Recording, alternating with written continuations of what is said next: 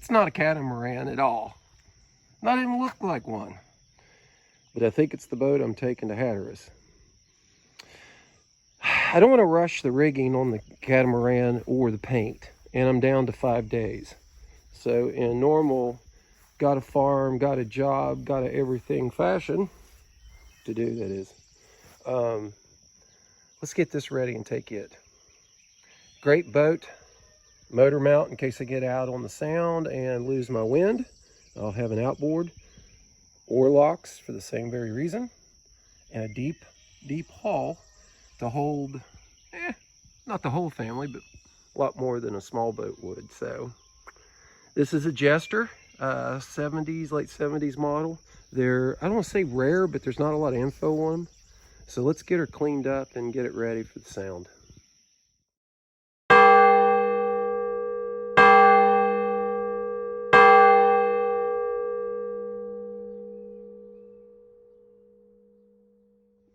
You can tell I got the workbench clean. Actually, I did. We just cluttered it up again. So yeah, I got to come up with a plan there. But anyhow, wood. What's wood do? It splits. What's Thad do? He glues it. So glued, clamped overnight. Again, tight bond. It really is some of the best glue I've ever used, wood glue that is. So I'll sand it down now. Yeah, get it ready for some poly. I don't epoxy these anymore because, as my best buddy Lee pointed out, epoxy isn't UV resistant, so it just burns, flakes, and comes right off. So back to marine spar varnish, and that's the next job.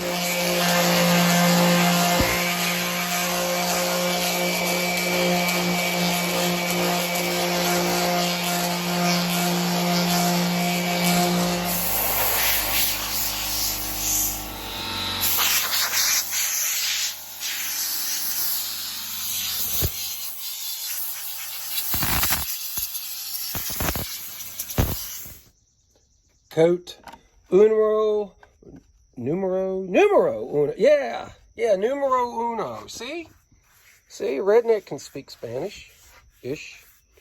Anyway, as many coats as I can get on here because I don't want to splinter, and I'd like it to last. So the things I find on this farm that my 19-year-old makes always astounds me. Here's a hammer he made. I don't know what he's using it for, but he's obviously using it. So yeah, that was pretty cool. Yeah, anyway, back to the varnish. Ha! Figured it out. A lot better than the last time I did it with a metal hammer, obviously. So we'll have to tape it, seal it up. Pretty cool. No. If it's not stainless, don't use it. For the love. So what we've got is two hateful little bolts and nuts here we want to take out. The bottom ones are stainless, so I guess somebody got in a hurry, but if you're doing it, do it temporarily. Don't leave it in there. It's just a headache for the boat and for somebody else later on down the road. No. Because I'm the one that seems like I always have to be the one to remove it. Okay, let's go pick up some stainless. If you know me well enough, you'll know that I don't take a trailer anywhere without checking the bearings. I've been stuck on the side of the road so many times, and it's just dangerous trying to work on something on the side of the road. But this is the trailer to the Jester, and if we're going to take it all the way to Hatteras, it needs to be correct. There's a lot of things that need to be replaced, like that. This already replaced. Work on the tilt, get it free again. Check the wiring. Harbor Height. Some things you just can't beat there, especially the wiring and trailer parts. These lights are a waste of time, but I'm going to leave them on because I don't I don't plan on dunking the trailer a lot on this trip. But if they're not sealed, and I would prefer LED, but if they're not sealed, it's just a matter of time before they conk out on you. So let's check the grease. When we look at our bearings, we'll make sure there's no play in the hub, which there isn't. If you can find the right diameter spindle, then go buy a bearing set. There's no reason in the world not to have a bearing set with you on a trip. If there's any heat or any friction build up in this, stop. Do not weld this to this, or you have to replace this. That's probably the best advice I can give you. If you start to heat up, find the safest place to stop and stop. If you've got to chain the trailer to a pole, then do so and go get what parts you need. But do not run one if it's warm. You'll regret it. You're replacing an axle instead of just a $30, $40 bearing. Well, I pressure washed everything. I'll replace some lights, the wiring, make sure that it works properly, and then I will get the paint. I know paint doesn't make it more mechanically sound, but it just looks prettier. Oh, and these, yeah, they're done. So I've replaced them. I'm so torn as to whether to move up or to keep the same size. I've got room to move up, so I may do that today. They're $75, and believe it or not, Walmart, that's rim and tire, has the best price on those. Even better than the farm supply places. So I can't replace the bearing buddies, so I'll polish them, make sure that the grease is going through the grease fitting. And the reason I can't replace them is it's a smaller size. So I have a new one here, and notice that the diameter is off. So if there was any play in this bearing, or if the grease was bad or dry, if you look in there and it looks like, you know, dry clay or dry Play-Doh, then you need to go ahead and pull the axle nut, the castle nut, pull the pin, pull the castle nut, back it off, then easily move the bearing, the hub off with the bearings, and be careful of the races. You don't want to bend or tear those up.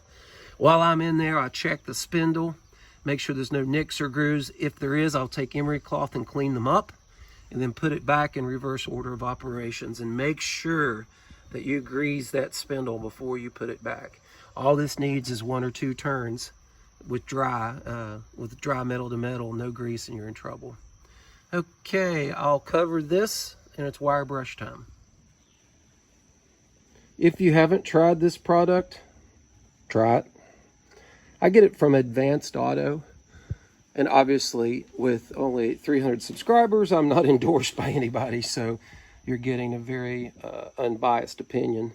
This neutralizes rust. I believe it was initially made for the aircraft industry, but you just spray it on, let it dry. It'll look a little tacky, but you can paint right over it. And there's some chemical reaction, because it's acid-based,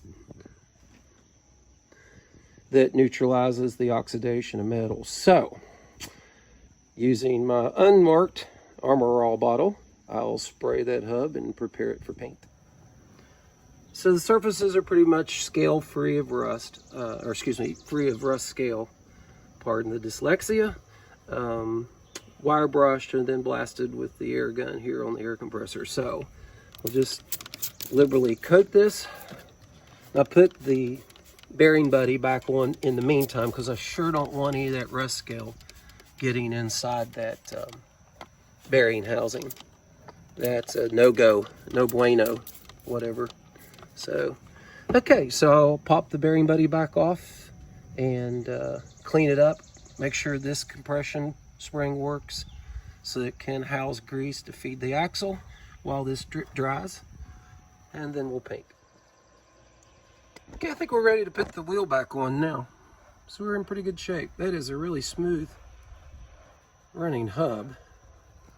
Check the grease fitting, put more grease through it. So time to do the other side. I'm not gonna bore you with that because it's the exact same process I just did.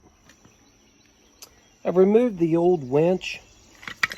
There's no saving it. I'll take some parts off of it, but yeah, not a winch. So we're cleaning up where it's mounted. Again, we'll use Oxbow to neutralize the rust and put a quick paint job on it. And mount the new one. I've got lights. It has beat my brains out. Something so simple to wire, only to find out that it wasn't my fault or the trailer's fault. Yeah, good old electric. It's this guy's fault. 20 amp blown in the truck. So I probably plugged it into one of the old trailers on the sailboats down there in the barns and shorted it out. So that's why I replaced all the wiring on this trailer. You know, why take the chance, especially when you're out on the road. Some distance from home, you definitely want to have running lights, if nothing else. So everything's wired. Now I just need to fit it and wire it permanently. Maybe we should call this the unconventional way of doing stuff channel instead of sailing Appalachia. Okay, we look good on the bottom. Again, everybody needs their bottom checked, right? Especially me. I'm not seeing any cracks or anything. I did find one poo-poo right here. So, poo-poo has an exposed wood here. So what we're going to do is make sure that this is all dry, which it is. And then we'll mix up some thickened epoxy. And we'll put it in there with, sorry for the camera there, minimal gel coat destruction as possible. And then lightly sand it and touch it up with some yellow paint. It would be a shame to do a bottom job, paint job on the whole boat over one little scar. And I really wouldn't even mess with fixing this, but it is into, I swear it looks like wood, which would kind of be surprising. I would think this would all be fiberglass, but that being said, we're going to mix up some thickened epoxy and put it in there real quick. So my density is a little less than peanut butter, maybe runny peanut butter. And that's so when I pour it into this crack, it'll get as deep in as it needs to get. And again, it's just going to be a little bit, but that's with the mixing pumps I use, that's the least amount I can make. So I'm going to pour it in now, smooth it out, clean it up, and let it harden. That's simple. Water bottle, they make great mixing cups, and you're going to throw them away anyway. And you can squeeze them to a point for more detailed work. So just a little DIY secret there that works great for me. So I went ahead and pulled the dagger board out. I bet this thing is a bear to get back in there with a little tiny hole. But we'll figure it out. Question is now, how's this sucker work? I'm trying to figure out the mechanical advantage, or actually the mechanics of it, where you get mechanical advantage to lift and lower. One thing to notice on the sound, or one thing to note on the sound, excuse me, that is, you know, near Hatteras, near Rodanthe, is it's shallow. And if you don't have a retractable dagger board, you're going to get stuck. So if you're out in the channel, it's pretty deep, but most of the sound is 8 to 12 to 15. And when we're coming into where we camp, we definitely want to be able to retract this dagger. So that being said, let's get to figuring out how to retract it. It looks like 3/8 inch rope that will work the best. I can do a knot and place it in there, and there's little chance of it ever coming through. I'm kind of torn because the other rope had a weird, I can find it. I'm set down somewhere. Imagine that. There it is. A weird piece of metal wire clipped around it. I may go ahead and add that to the knot as well. Again, I don't want to fight this out on the sound. The things we do to make ourselves feel better about the jobs we do. Okay, that is absolutely the strongest wire on planet Earth. But it's on there, and it is secure. So let's figure out how this thing works. Obviously, one retracts and one deploys. And I found a pulley up inside the dagger board hole. or housing. So let's see how the pulley works. Please don't judge my redneckery. It's what I must do. Anyway, okay, so there's a pulley in there. I don't know if you can see that or not. Oh, and a wasp. Yeah, I've been stung about 9 times so far this year. Probably building up some weird allergic reaction to it, but anyway. Behind the wasp is a pulley. And I don't know if I can get a good shot of it, if he would get out of my way. So I'm assuming that the top, that makes sense. The cord would just replace, or the line would just replace, is going to come around this pulley and then back. That would give you mechanical advantage to pull it forward, which I hope would raise it. Oh yeah, pressure washer got me too. Yeah, those are fun. Yeah, it's like a burn. Anyway, the life of me. So let's run that line around that pulley, figure out what the wasp is doing in there, and see if we can't get this to work properly. Well, now that I've figured it out, I have to take this back off. It's got to go in the other way. You have to use gravity to get it to come in, go around the pulley and down to this area. So there's no way to do it in reverse. You'd be fighting gravity to do so. Unless I turn the boat upside down, then I'd have to go in through the dagger hole, through the pulley, and then do a horizontal. It's not going to do a 90. So I'm going to have to push in with a weighted rope and let it fall down. Yeah, we'll see. Don't laugh. An old fishing pole. Socket for weight. Barely on the edge of the rope there. So I'm hoping I can push it through the pulley. If it'll fit through the hole in the pulley, I'm gonna be close. And then pull back and drop it. Yeah, we'll see. Okay, since the wasp is gone, we can see the pulley now. I can't hold the camera and try this, but again, the trick is, yeah, push this in. We'll see what happens. Okay, it's through the pulley. Let's see if I can get it focused there. That's kind of focused. There you go. So now let's jiggle it and see if we can feed it. Again, it requires 2 hands. Bye. It worked. So,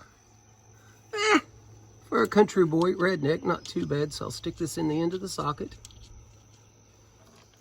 There's our line. So we're threaded all the way through the pulley. I think this is where we say, ta-da! Okay. All right. Aiden approved. Aiden approved with an 8mm socket. With an 8mm socket. It's always the 10 that no one can find. Okay, let's put the dagger board back.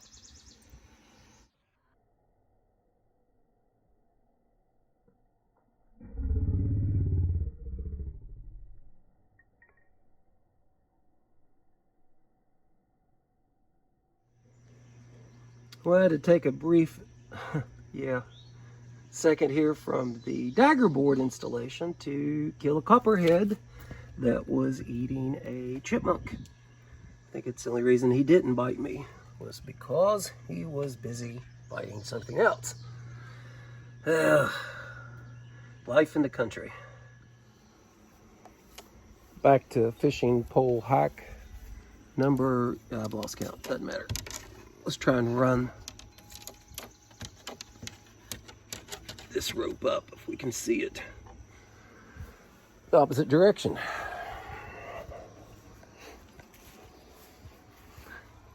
Okay, it shouldn't be that hard to hit that hole. It's just tough to do stuff with a camera. One day when I'm YouTube famous like my brother is with his big channel, I'll have videographers, people that'll do the video for me. Yeah, probably not. Anyway, okay, it's through. Making progress. Okay, so this isn't as bad as I thought it would be. The bolt that holds the dagger board on is relatively close to the bottom of the boat, so it's kind of easy to line up. Well, not easy. Nothing's easy, but easier, so. Okay, so right there, it's hard to see. Probably can't see it. So you can't see it, I'll just turn the camera off and do it. Hey, believe it or not, it works. So now I just have to run the lines, make them more secure. But you pull this one, pull the dagger board up, this one to deploy it. So I'm happy. And we'll clean up the lines and move to our next project.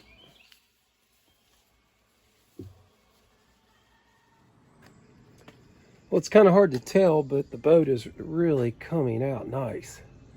I've got a few more rust spots over there to work on. So my secret, Clorox cleaner with bleach. You know what the bleach does? Kills the mold. Barkeeper's friend. Best stuff made. And good old calcium, lime, and rust for the rust spots. A scrub brush and a bucket of water. Okay, back to cleaning. Well, what was only going to take a day or so, yeah, it's turned out to take, well, my 4th day now, I guess. But I think she's ready to go. We'll go with the 3-horse outboard, 2.5. Got the head sail, jib ready to go. Main looks okay, a little stretched out in places, but not too bad. She's rigged and I think ready.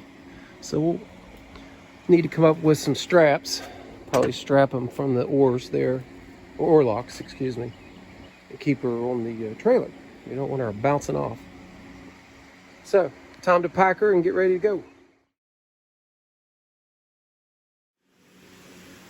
Found some oars. I'll clean them up.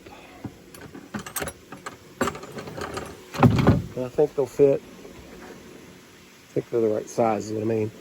But I had to make some oar pins. Oar pins? Oar lock pins? I don't know what they're called. But made one, get ready to make one for the other side. So let's get my brass. There's the exact measurements here. Yeah, close. That looks weird on the camera. It throws it off a little bit. Okay, cut it off.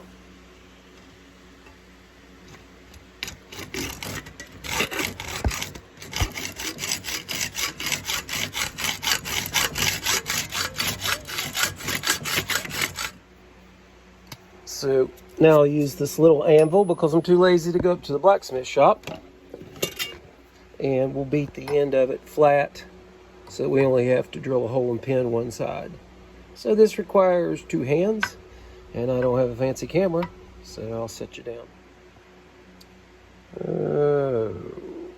Think that'll work. Cold hammered that, and I'll clean it up on the little sander. Round it out a little bit to make it pretty. No prettier, no prettier, kind of pretty. The light has trouble, or the focus, the lens has trouble focusing with the light. I think it'll work. Yeah, it's hot.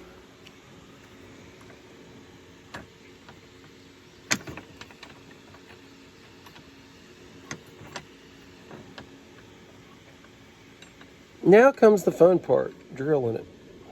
Hate drilling brass. Let's use the drill press. Okay, I'll drill it now.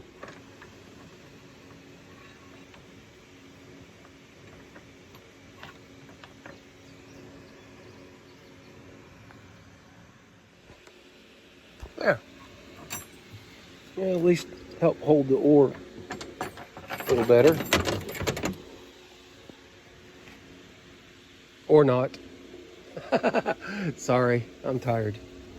Bad joke.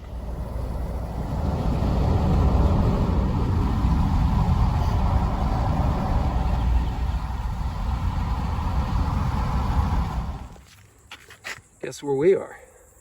It made it. Believe it or not, it made it.